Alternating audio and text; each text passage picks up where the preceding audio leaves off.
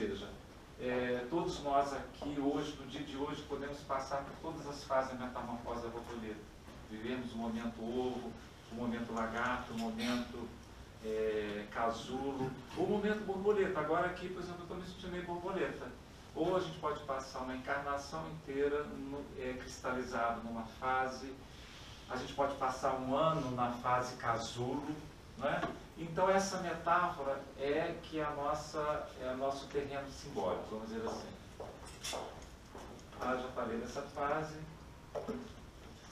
Próximo. Bom,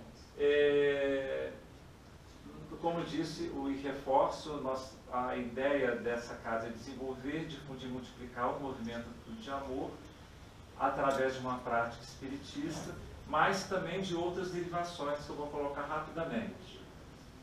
Como é que nós fazemos isso de forma prática? De forma muito simples. Nós funcionamos apenas 2 dias nas semanas, nas terças e nas quintas-feiras. Na primeira quinta-feira do mês, ou seja, na terça-feira é uma atividade fechada. Na terça-feira nós fazemos a nossa sessão mediúnica, que tem uma pré-sessão de estudo e uma pós-sessão que nós chamamos de prece intercessória, de forma que todas as pessoas que frequentam a Casa Acolhida são alvos dessa sessão mediúnica dentro da proposta do tratamento de desobsessão e da prece intercessória. Só que elas não precisam nem saber. A gente não fica, olha, a gente acha que não é preciso. É preciso a pessoa estar para ser alvo da apometria, estar presente? É preciso? Não é? A gente acha que não. E aí a gente não fere suscetibilidade, não é? E o que é mais importante não é aquilo ali acontecer em prol do que a gente fazer propaganda? Pois, gente, tem um problema casar para o outro. Bom, e na quinta-feira nós fazemos então um trabalho aberto aí, quem quiser ter acesso, é franqueado a todos, né? Mas as quintas-feiras, que é onde então acontece o trabalho aberto, acontece toda quinta-feira de cada mês. E cada mês a gente tem uma programação fechada para aquele mês. Esse mês, por exemplo, nós estamos trabalhando, mês passado foi apego e desapego. Esse mês nós estamos trabalhando dependência e autonomia. Porque nós trabalhamos dentro de uma proposta assim, de tentar ampliar consciência no sentido da linguagem da alma. Nós achamos, não temos autoridade para discordar, mas nós não achamos muito que nós somos o que pensamos, nós achamos que nós somos o que sentimos. Essa linguagem aqui está bem desenvolvida, a linguagem mental, a linguagem racional, o campo da objetividade. Nós estamos querendo desenvolver na Casa Acolhida, talvez prepotentemente falando, desenvolver uma outra linguagem, a linguagem da subjetividade, a linguagem da alma, a linguagem dos sentimentos. Por isso que a gente trabalha muito com os sentimentos. Por exemplo, apego, desapego.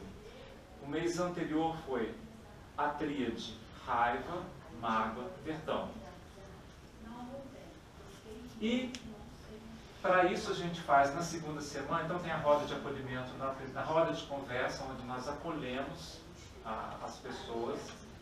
Na segunda quinta-feira do mês tem uma palestra, a gente não gosta muito desse termo, a gente tem um melhor, onde a gente teoriza sobre aquele sentimento que está sendo trabalhado no mês. Mas a gente tenta fazer uma palestra chata como essa que eu estou dando aqui agora. A gente procura trocar, interagir, a gente chama conversando sobre, e a gente conversa o tempo inteiro.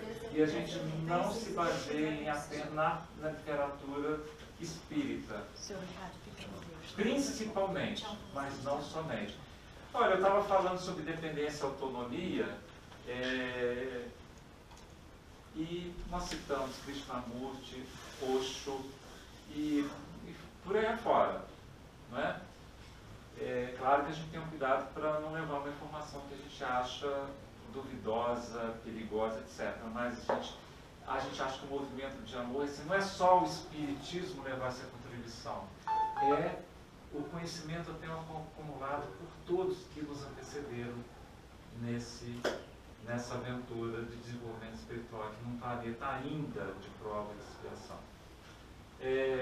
Na terceira quinta-feira do mês, nós estamos levando então aquele conhecimento teórico. Na terceira semana, nós temos 4 boxes lá, que vocês vão, onde nós tentamos pelo menos desenvolver um processo que a gente chama de interiorização e energização. A gente tem um box para Reiki, um box para meditação visual, porque nós ocidentais, eu tenho muita dificuldade, por exemplo, de meditar com uma postura muito... É muito difícil para mim meditar, e eu acho que talvez projetei essa dificuldade. A gente tentou então criar estratégias de meditação que fossem factíveis, possíveis no dia a dia, no aqui e agora,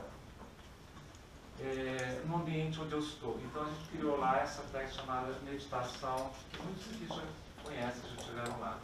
Meditação visual. Então, Reiki, meditação visual, técnicas respiratórias e técnicas orientais, todas buscando isso daí. Porque como a gente vai desenvolver o processo de interiorização? Talvez precisamos de algumas estratégias. Essas são algumas, tem milhares. Mas por que isso?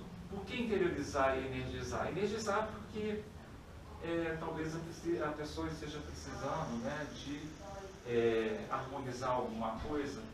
Não é num trabalho específico, momentâneo, que a gente vai conseguir isso, mas pelo menos a gente tenta fazer alguma coisa nesse sentido.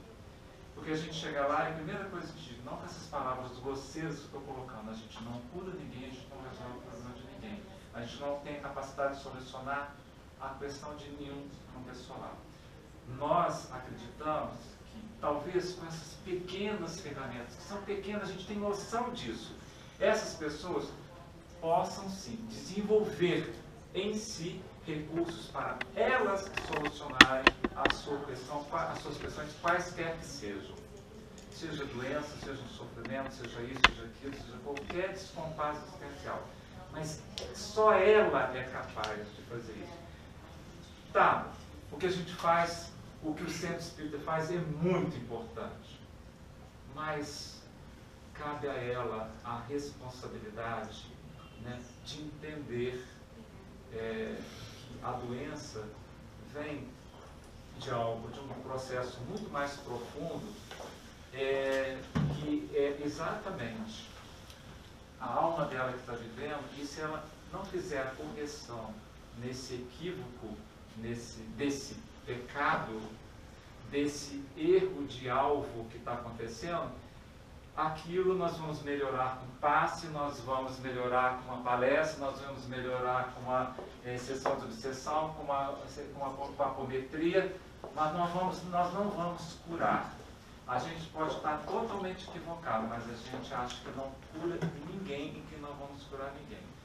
A gente tem, como vocês, né, recursos, instrumentos para poder fornecer e a pessoa, né, de repente, empreender essa tarefa.